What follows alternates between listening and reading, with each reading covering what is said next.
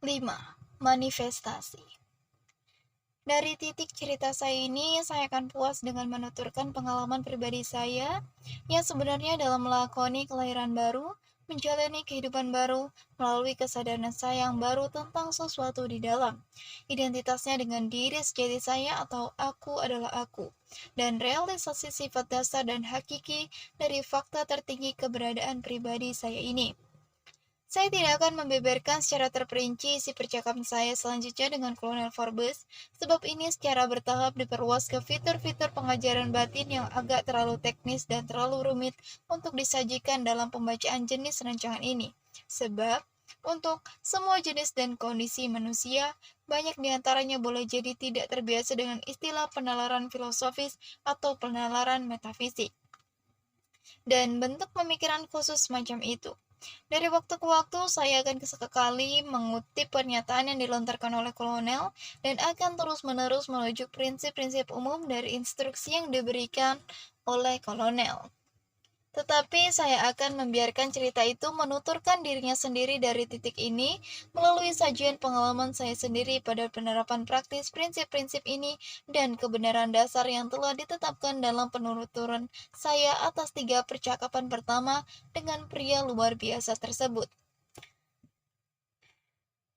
Dari kolonel saya belajar bahwa inisiasi ke dalam kehidupan baru persepsi sadar tentang sesuatu di dalam terdiri dari 3 tahap atau langkah yang berbeda, yaitu yang pertama, tahap pengakuan atau persepsi aku adalah aku sebagai sesuatu di dalam. Tahap kedua, tahap realisasi atau persepsi tentang fakta yang luar biasa bahwa sesuatu di dalam diri sejati atau aku adalah titik fokus atau pusat ekspresi kekuatan tak terbatas dari mana segala sesuatu berlangsung. Dan tiga, tahap manifestasi atau ekspresi aktual dalam kehidupan sehari-hari aktif dari kehadiran dan kekuatan sesuatu di dalam diri sejati aku adalah aku. Kata kolonel kepada saya dalam sebuah percakapan yang berlangsung tak lama setelah pengalaman luar biasa terkait yang sudah dikemukakan pada debat sebelumnya, Anda sudah mengalami pengakuan penuh. Anda sudah mengalami tingkat realisasi yang cukup baik. Sekarang tinggal Anda mengalami manifestasi. Dan ini Anda cuma bisa lakukan secara bertahap dan progresif dalam kehidupan sehari-hari yang aktif. Manifestasi adalah demonstrasi kebenaran dari apa yang sebelumnya Anda akui dan sadari dalam sebuah ukuran. Dalam demonstrasi itu juga akan datang kepada Anda suatu tingkatan yang terus meningkat dan makin membentang dari realisasi lebih lanjut. Untuk kepentingan saya, kolonel di sini mengutip sebuah aforisme esertoris kuno. Paradoks yang telah membingungkan banyak orang yang membaca kata-katanya tanpa diberi kunci pemahamannya. Anda sekarang sudah menuai. Selanjutnya Anda harus menabur. Ini, dia jelaskan kepada saya. Berarti saya telah menuai biji-biji yang kaya dari kesadaran baru. Dan saya sekarang diminta untuk menabur benih-benih sehingga mereka dapat mengejawantahkan sebagian pekerjaan di sepanjang garis yang sama. Bahwa saya sekarang harus mewujudkan prinsip kebenaran yang telah saya dapatkan dalam pekerjaan yang sebenarnya. Setelah menabur, saya akan menuai yang lain, begitu seterusnya. Begitulah seterusnya. Masing-masing tindakan menuai diikuti oleh tindakan menabur, dan masing-masing tindakan menabur diikuti oleh tindakan menuai. Di sini, seperti di mana-mana dalam alam berproses dalam siklus dan sesuai dengan irama. Bertindak berdasarkan instruksi dan saran kolonel, saya mulai membangun tubuh fisik saya dan memang ini sangat dibutuhkan. Sebab instrumen fisik saya telah sangat rusak lantaran kerusakan umum saya. Dia mengatakan, tubuh fisik adalah sarana eksternal dari aku adalah aku dan harus menjadi tepat dalam segala hal. Tubuh bukanlah hal dasar untuk dicerca sebagai penghalang untuk ekspresi roh, tetapi yang disalahpahami oleh para pertapa. Seperti yang disalahpahami oleh para pertapa. Alih-alih tubuh merupakan alat pengungkapan roh yang efektif dan itu harus disempurnakan, dikembangkan, dan dipertahankan dalam kesehatan dan semangat untuk mencapai tujuan itu. Dalam pemahaman dan kepercayaan ini, saya melakukan pekerjaan membangun instrumen fisik saya guna mengekspresikan sesuatu di dalam. Melanjutkan prinsip yang diuraikan kepada saya oleh guru saya mulai bekerja menjelmakan kekuatan sesuatu di dalam itu pada pikiran yang memimpin proses fisik dan yang memiliki pusat bawahan di setiap organ tubuh. Ya, bahkan di setiap sel tubuh. adalah sebuah relevasi bagi saya untuk diberitahu bahwa proses-proses vital dan fisik pada dasarnya merupakan proses mental, dan bukan sekedar aktivitas fisiologis atau kimiawi atau aktivitas mekanis. Saya langsung melihat bahwa rahasia penyembuhan mental penyakit bukan lewat manifestasi kekuatan pikiran atas materi, melainkan rahasia pikiran atau roh atas pikiran yang berada di bawahnya. Prinsip ini setelah dipahami secara menyeluruh mendatangkan hasil yang luar biasa dan praktis ketika diterapkan secara ilmiah. Saya menemukan bahwa dengan pertama-tama menanamkan dalam pikiran saya konsep ideal atau gambaran mental dari fungsi normal organ-organ tubuh. Kemudian dengan membentuk gambaran mental yang kuat dan pasti dari organ-organ saya yang berfungsi dengan cara ini. Ini disertai dengan harapan penuh rasa percaya diri atas materialisasi gambaran atau konsep ideal saya. Kemampuan mental bawah sadar yang mengepalai fungsi fisik sekaligus diatur untuk bekerja mereproduksi dalam materi aktual dan fisik membentuk ide-ide dan gambar-gambar yang ada dalam bentuk ideal di dalam kepala saya. Yang ideal menjadi nyata, gambar yang ideal mengambil realitas material yang objektif.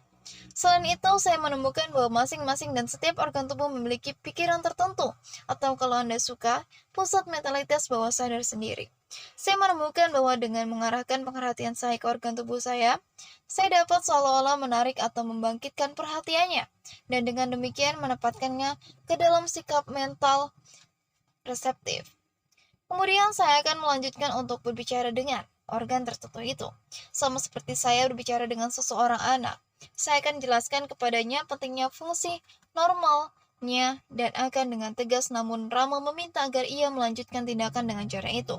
Semua ini mungkin terdengar agak konyol, tetapi mereka yang telah mengobati diri mereka sendiri dengan cara ini akan mengetahui kebenaran prinsip yang melandasinya dan nilai praktis dari metode penerapannya. Saya menghindari kesalahan dalam menyangka realitas material tubuh saya dan menyatakan bahwa itu adalah ilusi. Kekeliruan mazhab-mazhab tertentu yang disebut metafisika. Sebaliknya, saya mengakui kenyataan komparatif dari tubuh fisik di semua bagiannya. Namun, saya berpendapat itu mengandung pikiran di setiap bagian dan di setiap sel, dan fungsinya berada di bawah kendali pikiran ini, yaitu yang terakhir pada gilirannya berada di bawah pengaruh pikiran fisik umum tubuh yang selanjutnya berada di bawah aku adalah aku. Saya juga menemukan bagian yang dimainkan oleh autosugesti mentalitas sadar dalam hal mempengaruhi secara menguntungkan atau merugikan pikiran fisik umum yang mengendalikan fungsi-fungsi fisik. Saya terbantu dalam pekerjaan penyembuhan diri saya dengan mempelajari karya-karya sederhana tertentu mengenai fisiologi, yang dengannya saya memastikan proses dan fungsi normal berbagai organ dan bagian tubuh saya. Dengan cara ini, saya dimungkinkan membentuk gambaran dan konsep ideal yang lebih jelas, lebih kuat dan lebih efisien yang berfungsi sebagai pola untuk direproduksi dalam proses fisik itu sendiri, seperti yang baru saja saya kemukakan. Saya menemukan apa yang membentuk tubuh manusia yang normal, sehat, efisien, dan saya membangun gambaran mental yang kuat, positif, jelas, pasti dari tubuh semacam itu. Selanjutnya, saya membuat pikiran saya mewujud dalam tindakan dan menyebabkan kondisi mental saya mereproduksi diri mereka sendiri dalam bentuk fisik. Saya menyajikan gambar-gambar mental saya pada pikiran fisik umum tubuh dan juga ke beberapa organ itu sendiri.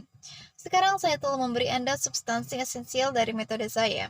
Anda dapat menggunakannya secara efektif seperti saya asalkan Anda melakukannya dengan sungguh-sungguh dan tepat. Saya juga menemukan bahwa saya dapat secara efektif melakukan latihan fisik dengan cara ini. Faktor tambahan dari pola mental atau ideal sangat meningkatkan efek gerakan fisik. Saya menyempurnakan sistem latihan psikofisik yang menyusun tubuh fisik saya dalam waktu yang relatif singkat. Hasil dari pengejawantahan sesuatu di dalam dan di atas tubuh fisik saya ini sangat luar biasa. Saya mulai membaik dengan cepat sejak awal. Dalam waktu yang relatif singkat, saya telah mengembalikan semua yang pernah hilang dari diri saya. Dan dalam waktu yang lebih lama, saya berada pada kondisi kesehatan dan fisik yang jauh lebih baik daripada yang pernah saya alami sebelumnya. Dalam benak saya telah menciptakan ideal manusia yang tangguh, sehat, kuat, dan mental bawah sadar saya dengan setia mereproduksi ideal ini dalam wujud dan aktivitas fisik dan material. Para rekan bisnis saya menyatakan betapa saya telah mengalami perubahan yang luar biasa dan mereka menjadi kagum. Mereka sepakat dan yakin saya telah menemukan tabib yang luar biasa, dan saya memang sudah menemukannya. Saya sekarang, pada usia sekira 70 tahun dalam keadaan sel walafiat, jauh lebih baik daripada rata-rata manusia sehat berusia 45 tahun. Saya tidak melihat alasan untuk meragukan bahwa ini akan terus menjadi persoalan, karena saya hidup sesuai dengan prinsip-prinsip yang mendatangkan kesehatan dan semangat baru kepada saya. Saya percaya prinsip-prinsip ini benar-benar menyusun esensi dari semua bentuk penyembuhan mental, spiritual, atau metafisik sekalipun masing-masing mazhab yang berbeda biasanya bersikeras bahwa dogma-dogma khusus mereka sendiri harus diberi penghargaan. Walau masing-masing mazhab menghasilkan presentasi penyembuhan yang sama, kendati dogma-dogma mereka sering saling bertentangan. Saya tahu fakta bahwa aku adalah aku dapat mengendalikan, mengarahkan, dan memerintah setiap bagian atau fakultas dari pikiran yang dimilikinya itu. Bahkan bagian dari pikirannya yang memimpin fungsi fisik. Ketika fungsi fisik ini tercapai, efek fisik mengikuti sebagian perkara tak terhindarkan, selalu dan sempurna sebagaimana efek lain yang mengikuti sebab logisnya. Ini murni masalah sebab akibat. Setiap individu memiliki kekuatan di dalam dirinya untuk mengatur sebab-sebab ini ke dalam operasi. Selagi memanifestasikan efisiensi fisik, saya tidak mengabaikan pekerjaan membangun, mengembangkan, dan menguak efisiensi mental. Saya ingat pepatah lama, pikiran yang sehat adalah di dalam tubuh yang sehat, dan saya bermaksud dan bertekad untuk mencapai ini. Di sini saya menyediakan pola ideal yang benar secara ilmiah dengan mempelajari prinsip-prinsip psikologi dan logika yang sederhana dan ilmiah. Dengan cara ini saya belajar apa yang telah ditemukan oleh pikiran-pikiran hebat dari ras manusia sebagai prinsip efektif operasi pikiran dan tentang pekerjaan yang efisien. Setelah melengkapi diri saya dengan pola ini, saya melanjutkan untuk mendidik kembali pikiran saya sehingga dapat mereproduksi sendiri kegiatan efisien yang dengan jelas ditunjukkan dan digambarkan pada pola yang ideal. Saya mulai dengan keyakinan bahwa intelek bukanlah aku adalah aku, melainkan hanya bagian dari mesin rumit yang ada pada aku adalah aku. Dilengkapi dengan peta atau pola yang didapat melalui kajian, sebagaimana disebutkan di atas, saya memutuskan bahwa fakultas intelektual saya harus mengaktualisasikan proses dan kegiatan mereka sesuai dengan ideal itu. Saya melanjutkan garis yang sama dengan yang saya gunakan dalam mendidik kembali pikiran fisik yang mengendalikan proses fisik saya. Kedua divisi besar pikiran ini hanyalah instrumen atau penggalan penting dari mesin mental dan keduanya lebih rendah dari arah, kontrol, dan penguasaan sesuatu di dalam diri sejati, aku adalah aku. Keduanya akan merespons kontrol dan arah yang diterapkan dengan benar. Satu prinsip umum melandasi kedua kasus tersebut.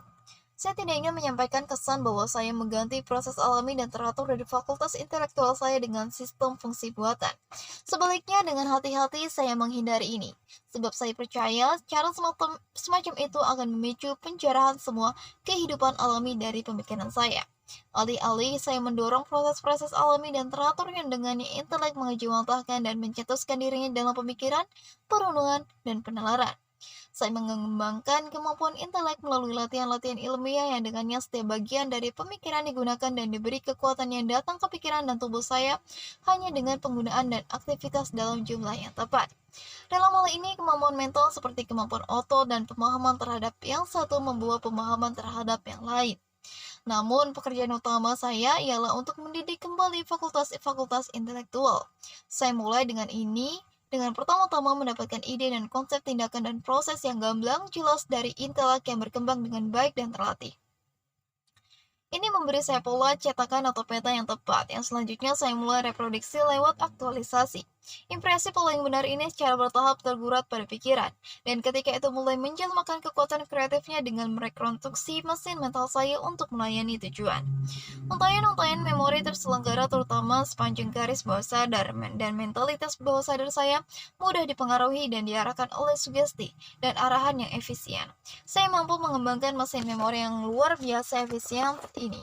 Bagaimanapun, saya hanya pakai secara sah dan bukan untuk pamer. Saya menggunakannya dalam menggarap urusan kehidupan saya dan bukan untuk pertunjukan spektakuler. Saya menjadi tahu bahwa memori tidak pernah benar-benar kehilangan atau melupakan sesuatu yang pernah ditempatkan di dalamnya dengan benar. Dan bahwa kenangan atau remembrance dan ingatan atau recollection bergantung terutama pada metode pengindeksan dan pengindeksan istilah yang tepat. Tetapi saya menemukan bahwa hal pokok semua metode dan yang penting bagi memori yang efisien ialah mendidik kembali memori dan melatihnya agar terbiasa mengerjakan pekerjaannya dengan baik. Mengikuti aturan umum yang sama, saya sangat mengembangkan kekuatan persepsi dan pengamatan saya, dan sebagai akibatnya, saya sanggup mengamati dan memahami hal-hal penting yang diabaikan oleh individu rata-rata. Persepsi merupakan bahan mentah pemikiran, dan saya berhasil menjaga pikiran saya dengan baik dengan memberinya jenis bahan terbaik untuk dikerjakan dan dibuat menjadi gagasan, konsep, dan rencana. Sebagian besar kesuksesan saya berikutnya disebabkan oleh kekuatan yang didapat oleh pikiran ini. Di sepanjang garis yang persis yang sama, saya melatih menjadi imajinasi saya untuk menghasilkan karya kreatif yang luar biasa yang dikenal sebagai imajinasi konstruktif itu. Bukannya membuang-buang energinya pada mimpi-mimpi sehari-hari atau penggambaran fantastis. Di ranah imajinasi dapat ditemukan mesin mental dari semua karya kreatif yang dibuat dengan mengikuti garis-garis mental. Di sini penemuan memiliki rumah dan ruang kerjanya. Imajinasi yang terlatih dengan baik akan dengan mudah dan efisien merencanakan, merancang, mendirikan, membangun, meningkatkan, dan umumnya menggarap pekerjaan kreatif bagi siapapun. Keberhasilan saya berikutnya dalam membangun dan melaksanakan usaha besar dari kehidupan saya di kemudian hari sebagian besar dipicu oleh perkembangan bagian dari mentalitas saya ini. Saya sangat melatih kemampuan imajinatif saya sehingga bisa secara kiasan masuk ke salah satu ujung mesin mental saya dengan gagasan tentang kebutuhan, keperluan, atau syarat yang mesti dipenuhi untuk mendapatkan apa yang diinginkan. Dan lihatlah, pada waktunya di luar ujung yang lain akan muncul garis besar umum dari rencana, rancangan, atau ikhtiar. Rinciannya kemudian ditambahkan dengan cara yang sama. Dengan cara yang sama, saya beroleh penguasaan atas sifat emosional saya dengan perasaan, emosi, dan hasratnya.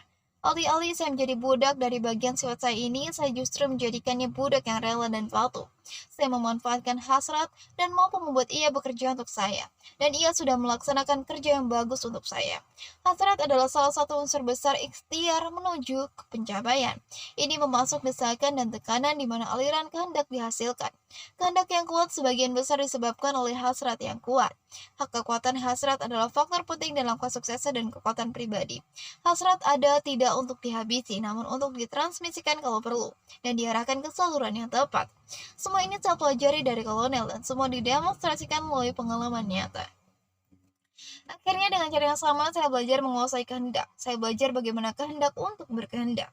Saya memasuki kesadaran batin, kekuatan berkehendak, dan mempelajari rahasia terdalamnya. Kemudian saya memanfaatkan pengetahuan yang saya dapatkan dalam menjalankan rencana yang berkembang dalam imajinasi kreatif saya, dan lalu diteruskan oleh intelek saya. Akan saya katakan di sini bahwa unsur kehendak murni ialah yang paling dekat dan yang paling lekat dengan aku adalah aku. Begitu dekat memang, sehingga menjadi sangat sulit membedakan antara mereka untuk waktu yang lama. Tetapi bahkan kehendak lebih rendah dari aku adalah aku dan dapat dikuasainya dan diberi pendukung yang paling berharga dan setia. Semua pencapaian penting ini dihasilkan dari pengejuantahan sesuatu di dalam tersebut sebagai akibat dari pengakuan dan realisasi saya atas kehadiran dan kekuatannya. Penguasaan saya terhadap keadaan, hal ihwal manusia, semuanya muncul kepada saya sebagian besar melalui perkembangan dan kekuatan yang saya dapatkan.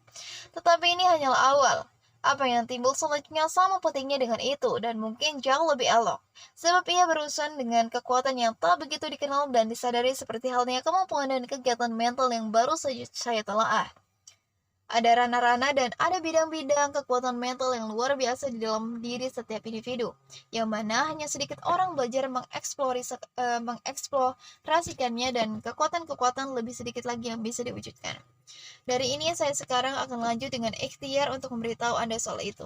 Dalam pembacaan berikutnya Anda akan menyadari lebih dari sebelumnya bahwa ada lebih banyak hal di langit dan di bumi daripada yang diimpikan dalam filsafat Anda. Namun kekuatan terbesar dari ini dan ada di ranah alam, dan itu bukanlah hal gaib. Mereka bisa didapatkan oleh siapa saja yang akan melakukan apa yang sudah saya lakukan.